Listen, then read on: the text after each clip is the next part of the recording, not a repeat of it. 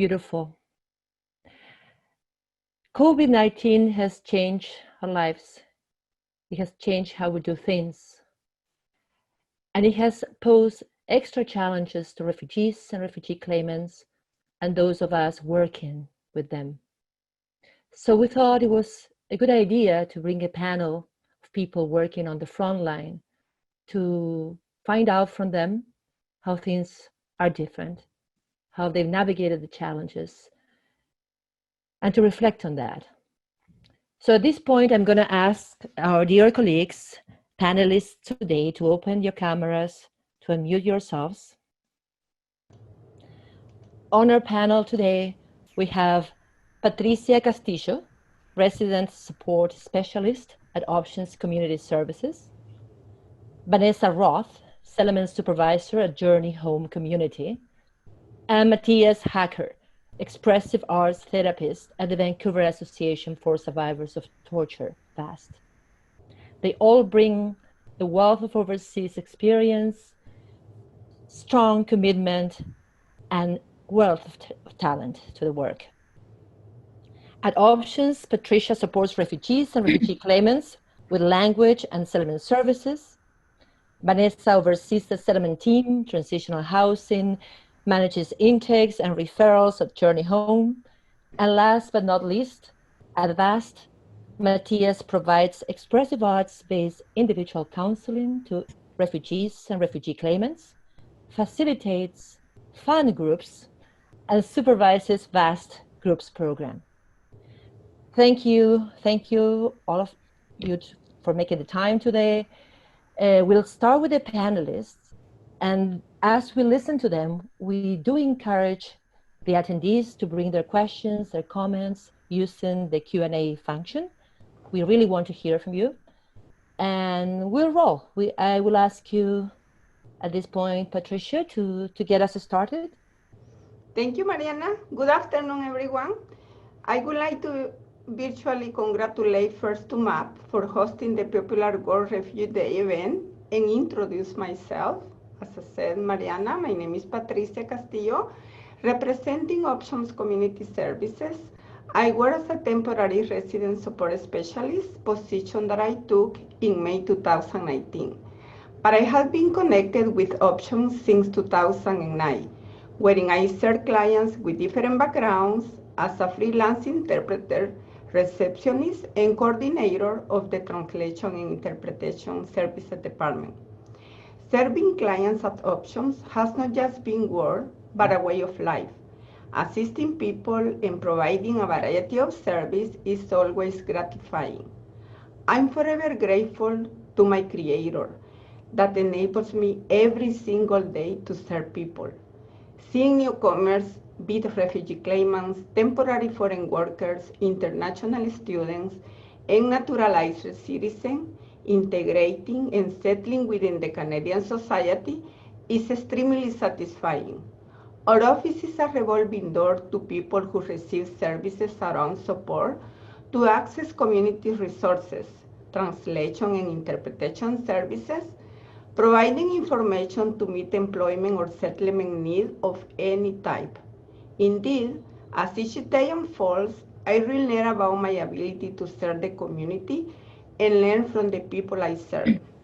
Today, as we are all transitioning into an era where we are required to rely on technology to meet people, I found myself thinking more around ways to reach out to my clients. And Zoom sessions have now become the new trendy way, and during the lockout, our in-person services were moved to online services.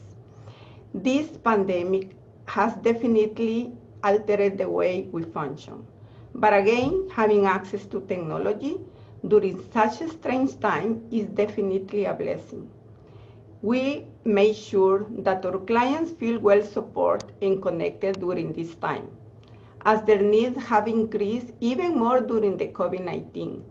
Hence, emails, phone calls, group Zoom sessions, one-on-one Zoom appointments, and conference calls have served the purpose.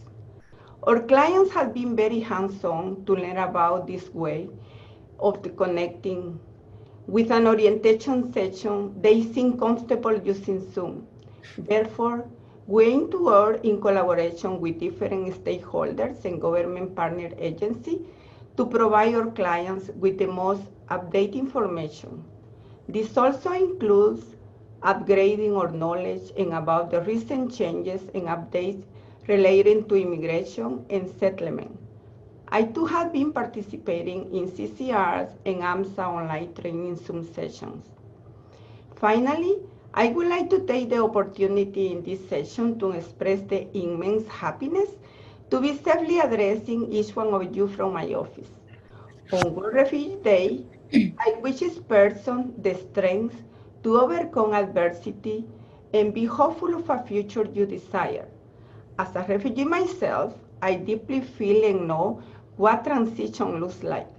I remember during the transition, my family and I faced many barriers, but for us, and the most difficult was the English language. We used to work and study at the same time in order to learn the new language and be able to communicate in one of the country's official language.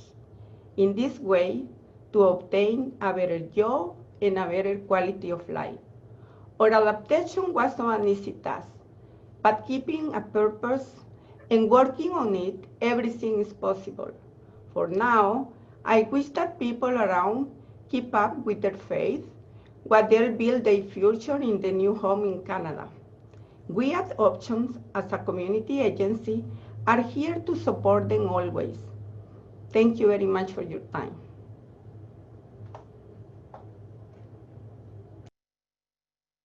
Thank you, Patricia. And next we'll have Vanessa. Hi, everyone. Thank you, Mariana, for the introduction, and thanks, Matt, for organizing and hosting today. This is fantastic. So yes, my name is Vanessa. I'm with Journey Home Community as a settlement supervisor, working with intakes in our transition program and transitional housing. And like many of you and all of you, our lives drastically changed and our work changed for most of us come March.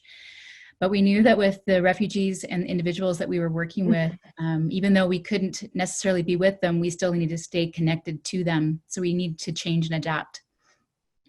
We also knew that, like Patricia said, that some were becoming more vulnerable. So we extended our reach to not only those who were immediately in our program, to those who just graduated from our program. So we decided that we were going to connect with them weekly, and we were doing this via phone, sometimes on the computer, or meeting outside where appropriate. And when we were connecting with them, really we were doing three basic things. We were listening, trying to educate, and help to resource. When we were listening to how their finances, access to finances, food or shelter or healthcare changed. We were listening to how their health and mental well-being were doing, and we were listening to see if they had access to a virtual life, as everyone's life went virtual all of a sudden. Then we were looking to resource them where we could, to new government funding and resources that were available, to new food programs and food resources, to different donations that they needed, like masks or maybe computers, and in some cases, internet. Where we were educating, we were trying to educating what is COVID? What is that? What is COVID and how is it impacting us? How do we hand wash properly? What is physical distancing and how does it impact our daily lives? We were also helping to educate refugee claimants around what's happening with their legal cases, what's happening with their hearings, and why is it being postponed, and when are we going to hear things? As much as anybody knows, we were trying to figure out those answers as well and walk through that process with them. As we were listening, we were hearing things, and we were hearing different responses from the refugees that we were working with, and there was a variety of responses. And one of them was, of course, that COVID was scary, and it was triggering trauma that they had already had, and it was throwing them into increased anxiety and fear and isolation and depression. And in some cases, these families were deciding or thinking that they wanted to actually abandon their refugee claim and go back to their home country. And so what we had to do was just sit with them and be with them and hear their story out and help to, just be with them in that moment. But other refugees as well were confused as to what is all this hype with COVID. It's scary, but there's no war going on. There's no bombs going off. There's no guns flying around, and there's still food on the shelves, even though we can't find toilet paper easily. And so it was just different responses that we were listening to and learning to be with them in those moments. And like many of you, we had to become creative with adapting.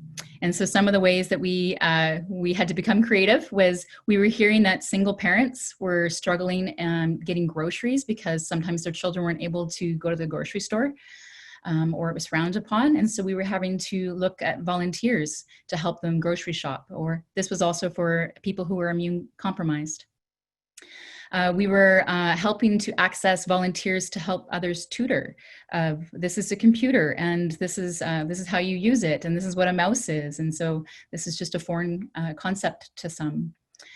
And then we usually have community dinners for those in our program, and that wasn't possible and hasn't been possible for a little while. So we went to the Zoom connection and creating community virtually, as we're trying to do now. And so we did games, scavenger hunts, and Pictionary and charades and stuff on the community connections. But like many of you, we've had to adjust our thinking of what does success look like, what does life look like, and what is valuable in those moments in each day.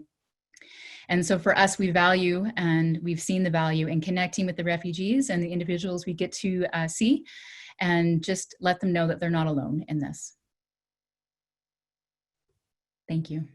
Thank you, Vanessa. Matthias, your turn now. Thank you, Mariana. Hello, everybody. Art speaks louder than words. So I'm going to let the art made by VAST clients lead my presentation.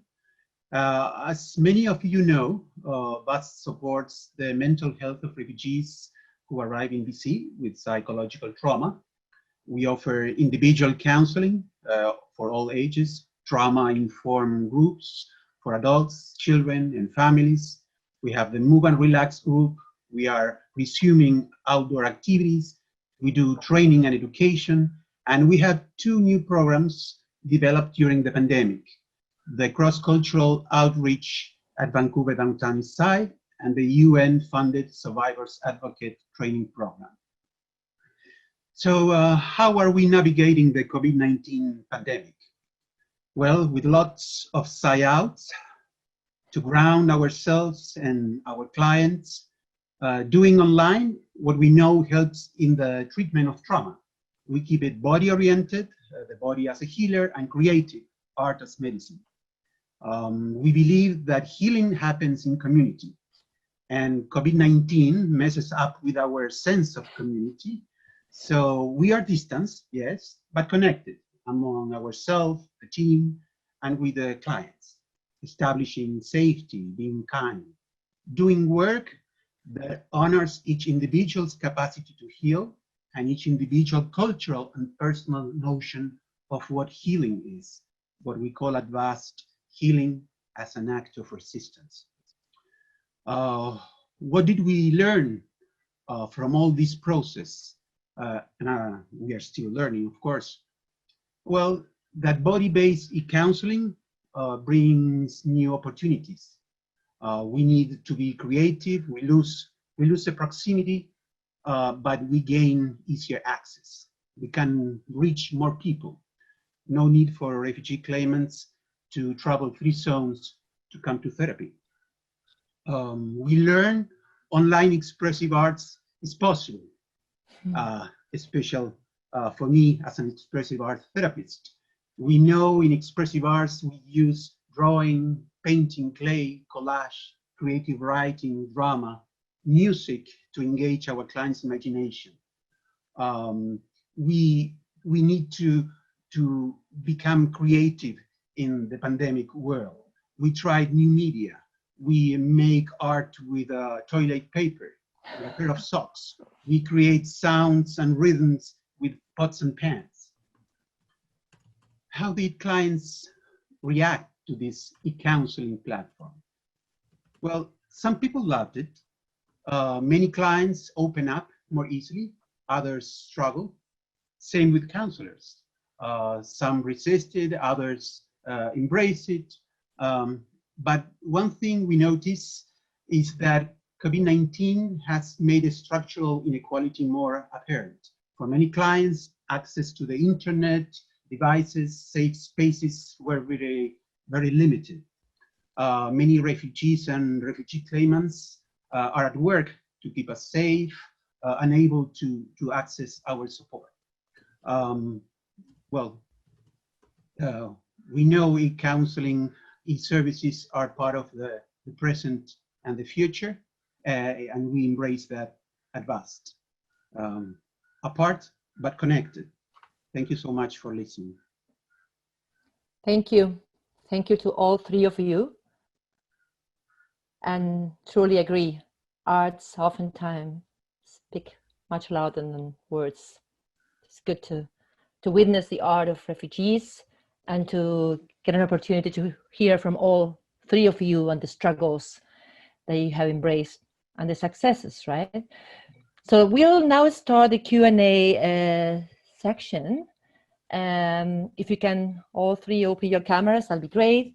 To have you, Patricia and Vanessa as well, together with Matthias and myself. Great, welcome back.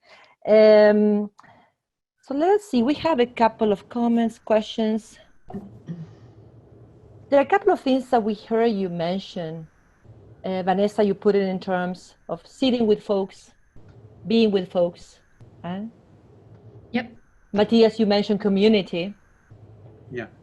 So maybe if we could have a couple more thoughts. Patricia, you also brought that forward. How did we manage to, hold to one another in community as workers working to support refugees and claimants and to help them stay connected with us? Well, Matthias, regarding clients, we have up and running 3 groups at VAST, the Getting Through It for refugee claimants, the Now What, the group for Latin American families, and we also have the Move and Relax group.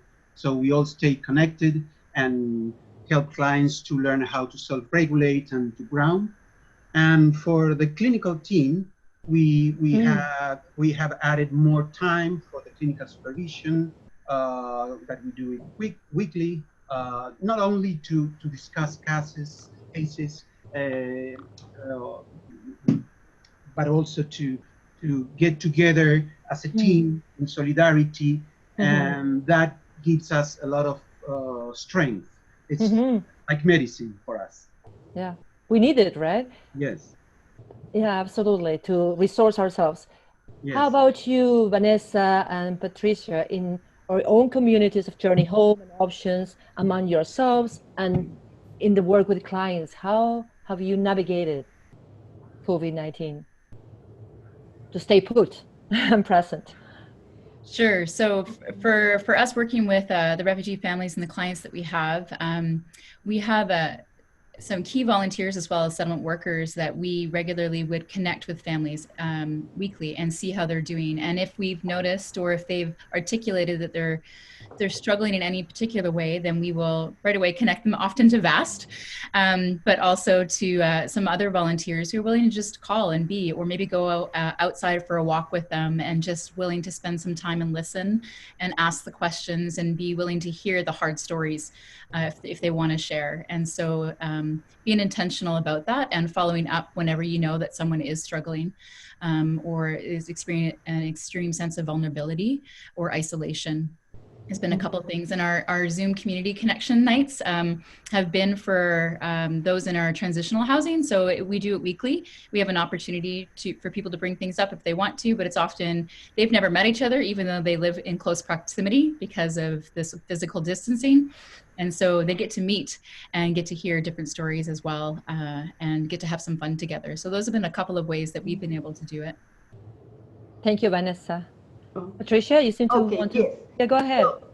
Thank you. Basically, during this pandemic, here at Options, has been everything like normal.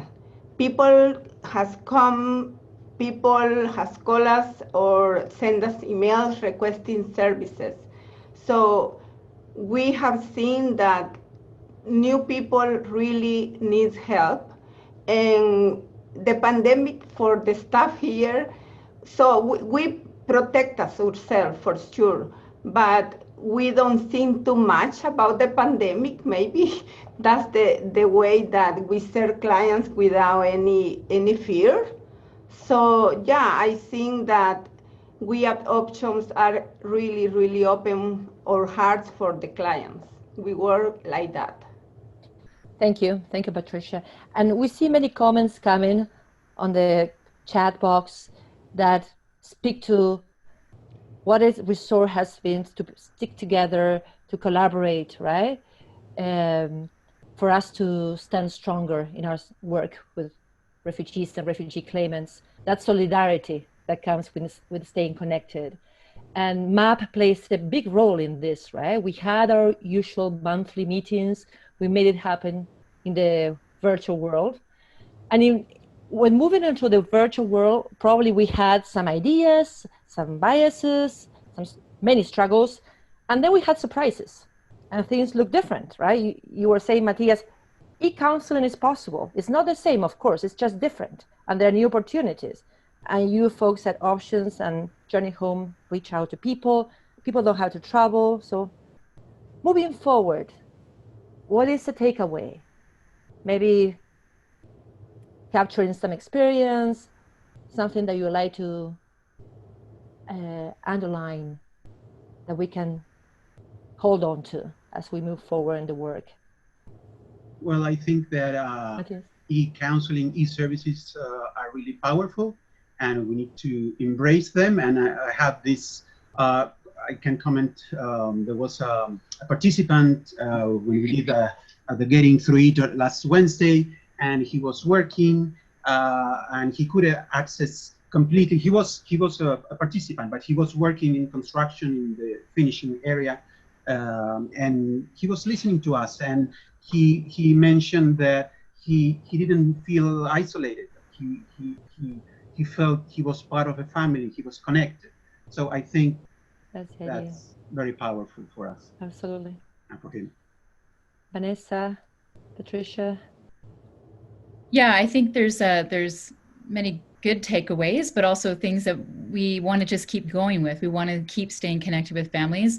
We're longing for the day when we can do gatherings again and start our dinners, because we do believe that there are more walls that break down when meals are shared with one another, and friendship can be held. And so we're looking at ways that we can do that in a smaller capacity. So so we can start to build that up, and just so other people can meet other people face to face, because I don't think there's something there that is missed in this virtual world for sure. So yeah, staying connected for sure, and continue to be creative going forward. Absolutely. Patricia, last comment. Yeah, basically, we really want to help people. And as I said before, we don't pay attention too much at what is going on. We really protect ourselves, and the organization in that way is helping us, providing everything possible. So every time clients come, we protect ourselves with the mask and sometimes gloves. Yeah. But Safety. I'm sorry? Safety first, yeah. Yes, exactly. So yeah, our clients all the time, they are coming in and they are very welcome. Thank you. Yeah, it's been joint efforts to keep folks connected, to stay connected ourselves to one another, and it's been great.